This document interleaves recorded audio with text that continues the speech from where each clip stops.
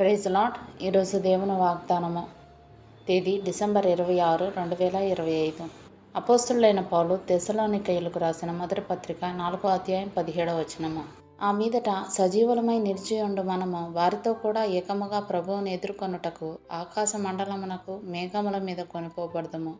కాగా మనము సదాకాలము ప్రభువుతో కూడా ఉందుము. ఆమేన్. మనం ఈ లోకంలో ఉన్నంతకాలం ప్రభువు మనతో ఉంటాడు.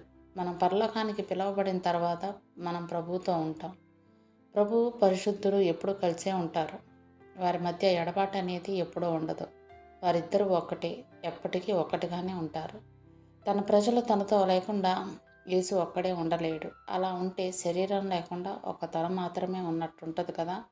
మధ్యాకాశానికి మనం కొనిపోబడిన, పరదైసులో విశ్రాంతిగా ఉన్న, భూమి మీద యాత్రికులుగా ఉన్న మనం యేసుతోనే ఉంటాం. ఆయన నుండి మనల్ని ఎడబాపేవారెవరు? ఇది ఎంత సంతోషం!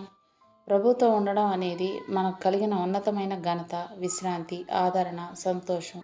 దేవునితో కలిసి ఉండే జీవితానికి మించిన దాన్ని కానీ, కనీసం దాంతో సమానమైన దాన్ని కానీ మనం ఊహించలేం. ఈ పరిశుద్ధ సహవాసంలో ఉన్నప్పుడు ఆయన అవమానాల్లో, ఆయన తృణీకారాల్లో, ఆయన శ్రమల్లో ఆయనతో ఉంటాం. ఆ తర్వాత ఆయన మహిమలో కూడా ఆయనతో ఉంటాం. త్వరలోనే మనం ఆయన విశ్రాంతిలోనూ, ఆయన రాచరికంలోనూ, ఆయన ప్రణాళికలోనూ, ఆయన ప్రత్యక్షతలోనూ ఉంటాం.